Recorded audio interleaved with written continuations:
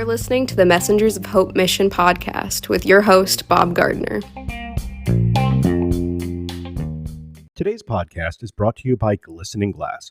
Glistening Glass is my company and is a residential window washing and gutter cleaning company. We service the northern Hillsborough and southwest Pasco County area.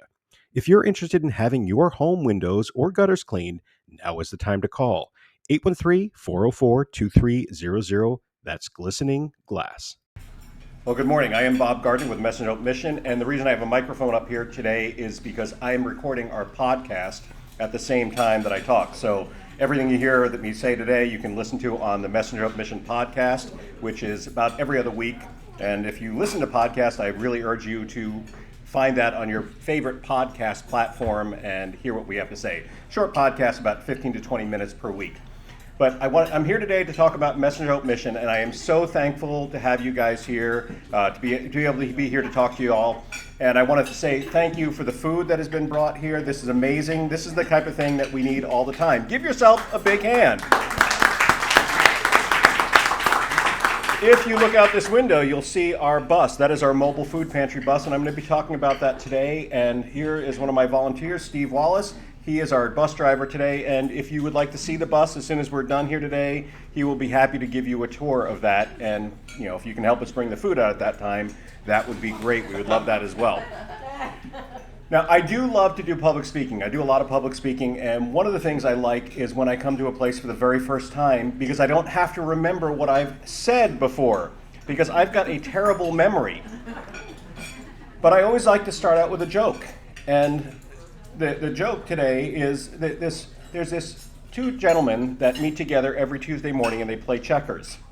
And when they get together, they usually talk about the different things that they've done throughout the week. And one guy said, "Hey, my wife and I went to this amazing restaurant last night. It was inexpensive. It was great food. It was great service. It was great ambiance. Everything about this restaurant was just amazing because I highly recommend it." And his friend says, "Well, what was the name of the restaurant?" "Oh, long stem, thorns, flower, Rose?" "Yeah, that's it. Hey, Rose, what was the name of that restaurant that we went to last night?"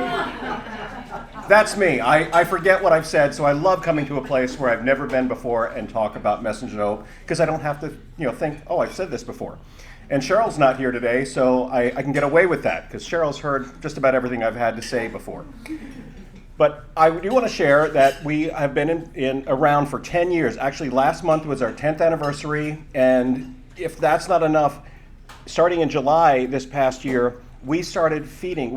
Our numbers have gone up. Now, we give out bags of groceries and bags of meat, so people come and they get about $100 worth of groceries each person. That's pretty amazing. But last month and July, we fed over 10,000 people each of those months. That is staggering. Last year at this time, we were doing about 3,000 people a month, so the numbers have been growing. And we've been able to do this on a shoestring budget of this year we raised our budget, but a shoestring budget of only $96,000 a year. It's because I have amazing volunteers. It's because I have people that are willing to donate food. It's because I have people that are willing to drive around and pick up the food at the various businesses and food banks that we go to. And it's because I have people that really believe in what we do, like y'all here at the Community Service Council. Many of you guys have already donated to us, like bringing this food. Some of you made financial donations, and you guys are always welcome to do that. And I know there's other food pantries, and like Fran here works with one up in Hudson, and they've been great. They gave us a donation this year as well, and it's great to be able to partner with y'all. So there's some that we've partnered with here that we've given drinks to. We love to be able to partner with other organizations, and I love that you guys are partnering with us today. Now, I wanted to share with you a typical food pantry, what a typical food pantry looks like, or what a typical month looks like, and what a typical year looks like for Messenger Hope Mission. So a typical food pantry, we do different locations. We're mobile. We don't have one location that we meet at every single month. We go to the same places every month, but we go to multiple locations every single month. Now, a typical pantry, like when we have the bus here, is we set up tables along the side of the bus. We have a pass-through window that we can pass the food out, and we set up the tables where people can come and pick up food. Now, the first table might have breakfast items on it, and they can choose a cereal, they can choose, waffle mix, they can choose pancake mix, they can choose syrup. The next one will have canned goods. The one after that will have snacks. The one after that will have bakery. The one after that will have produce, so on and so forth down the line. And people get to shop what they want. Now, some of our locations, we have pre-made bags that are set up, and we have a drive-through. Other locations are at a church where people can come inside, where it's a little bit more friendly with the weather, especially this hot weather here in Florida. Speaking of the weather, you guys remember that little storm that we had come through, hurricane or tropical storm Debbie, that turned into Hurricane Debbie? We were out during that. We were there in the rain and the wind and everything, and we had over 150 people show up to that pantry that day in the rain. That's how desperate people are for food. And we had the privilege of being able to be out there, even with the storm going on, to pass out the food. So every pantry is run a little bit different. I have team leaders that run each pantry, and I allow the team leaders to, first off, I'll go to the first couple pantries and I'll show them how I would run it, and then I let the team leaders take it and make it their own thing. So they can change it up however they want. As long as they're giving out the food freely to anyone that shows up, that's the only rule that we have in place. Whether they want to put the grocery bags or do it, shopping cart style where people get to choose what they want, we don't care about that. We just want to get the food into the hands of the people. So that's what a typical pantry looks like. A typical month is, we have currently right now, I got to think about this, we got 8 pantries every month, 20 times a month. So we have 2 in Odessa at our location, or one in Odessa at our location on the first and third Sunday. We have one in Newport Richey, which is with the bus. We're on the corner of Massachusetts and Ridge and Congress, sorry. And we're there the first and third Sunday of every month. We have a pantry that is at a mulch farm in Tarpon Springs, which is right on the border of Hillsborough and Pasco County. That is 5 days a week. Now that one is for day laborers, people that come in on trucks, working lawn crews and landscaping crews. They can come in and they can get food there. And we got the full gamut. And we have partnered with them to be able to do that, because you realize these people are working, but they don't get a lot of money for what they do. They do hard, back-breaking work, and they still have to be able to afford everything just like everybody else. So we are pleased to be able to be a part of that pantry. We also have one in Lutz, which is the third Thursday of every month. So next Thursday we'll have one over in Lutz at North Tampa Church of Christ. And then we have our Saturday pantries. We have one in Port Richey at Emmanuel Baptist Church. We have that's every Saturday morning. We have one the second and fourth Saturday morning in Safety Harbor, which is also Hillsborough.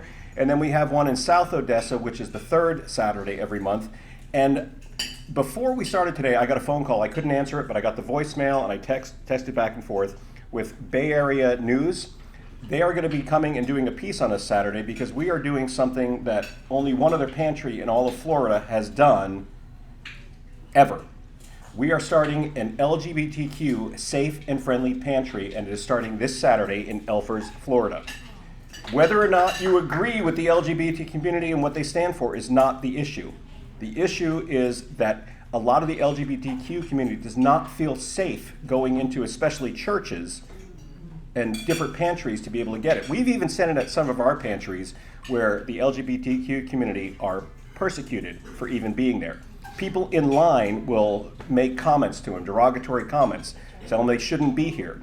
Now, we try to quell that, but we are working with a church, which is, I'm drawing a blank on it. It used to be called Spirit of Life Church. Now it's a different church on Thies Road. We are partnering with them to have a safe and friendly LGBTQ pantry on the second Saturday of every month. And we are excited to do that. There's only one other that I know of in the state of Florida, that's in Orlando, and they do that quarterly. So we are pleased to be able to say that we're really Pasco's first, or Florida's first, LGBTQ safe and friendly pantry. So if you're interested in volunteering with that, we do need volunteers for that, and we do want to get the word out. So those are our 8 pantries that we have right now, and we have other places, other locations that we're looking to start.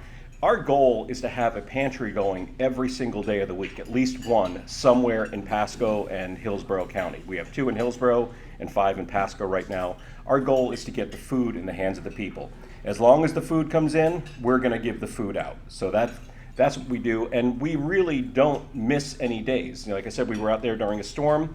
The only exception, we do the first and third Sunday of every month. The only exception to that is Mother's Day. We don't go out then, but we do go out on Father's Day. Steve and I can make the choice to go out and do this stuff, even if it's Father's Day, because, hey, it's Father's Day. We get to choose what we want. But for Mother's Day, no, we don't go out because that's your ladies' day. Yeah. And we don't want to step on the toes of the ladies, But it's such a privilege to be able to do this stuff and to be able to share this stuff. And I am so thankful for anybody that volunteers with us, anyone that donates with us.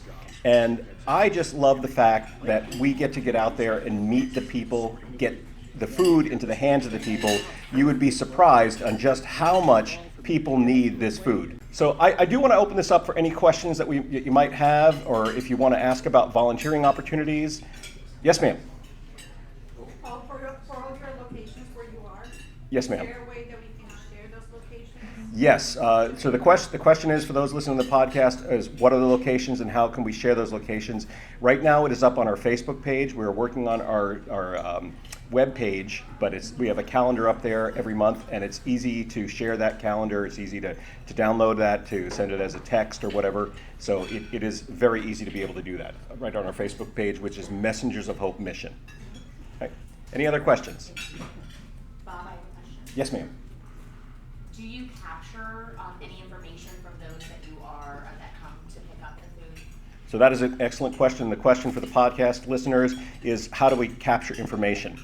So I'm glad you brought that up, because I do want to talk about that.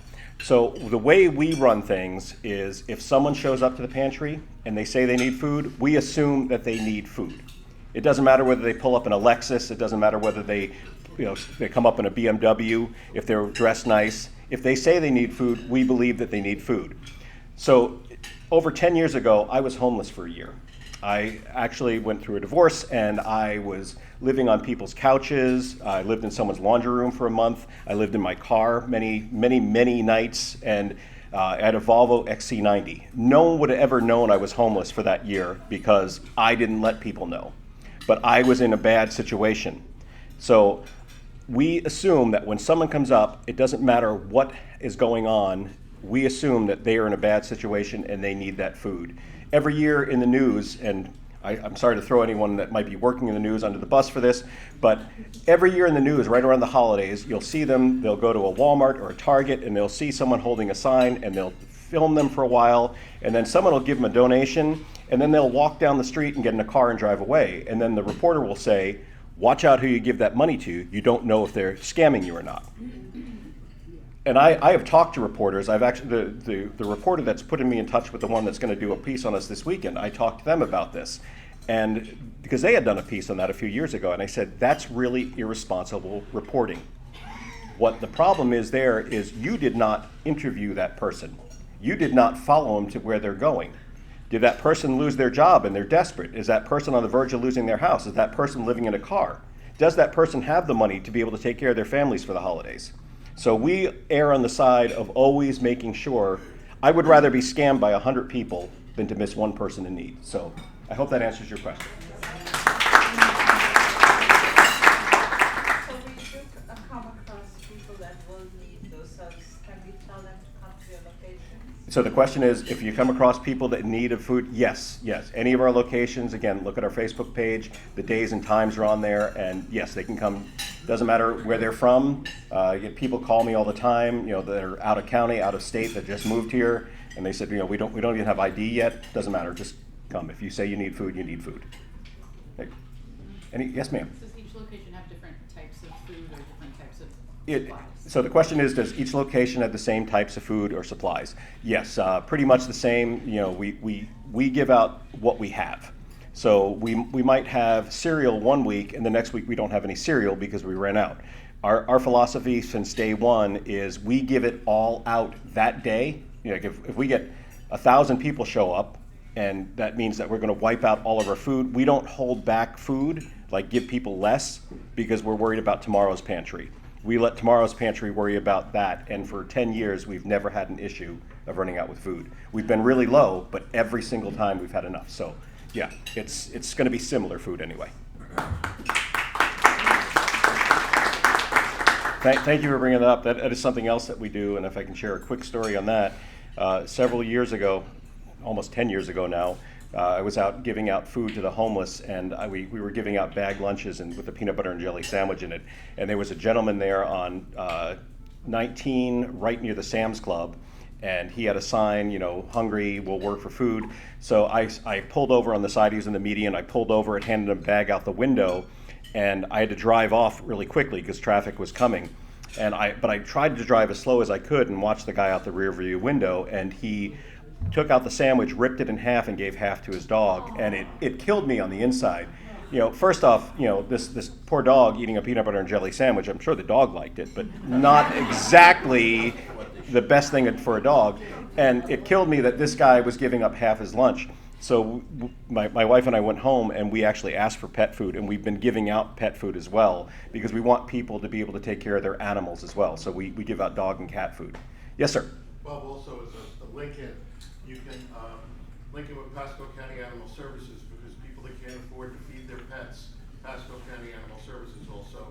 Yeah, there's a few places in Pasco you can get it from. Yes. Yeah. Yes, sir. I just want to thank you for doing what you do, and I look forward to connecting with you after this meeting. Thank you so much. Thank you. Yes. Well, guys, Steve and I will be here to answer any questions. Please make sure that you ask Steve lots of questions. He loves to talk.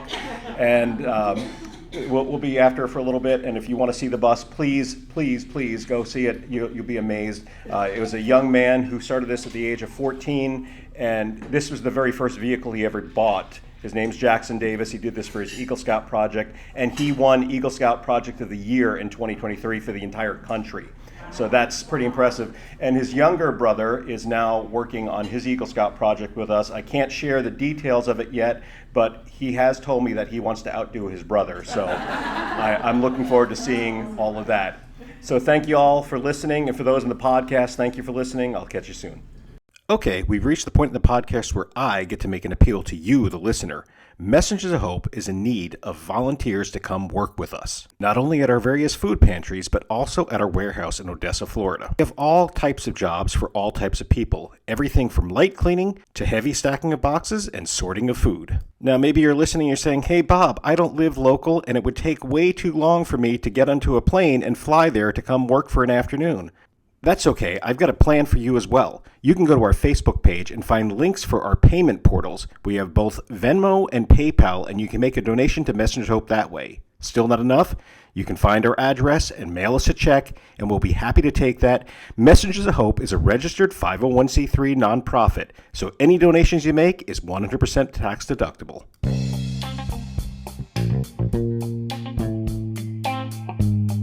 That's going to do it for this week's Messengers of Hope Mission podcast. In the words of Mother Teresa, if you can't feed 100 people, feed just one. This is Bob Gardner reminding you to make a difference in our world today. See you next time right here on the Messengers of Hope Mission podcast.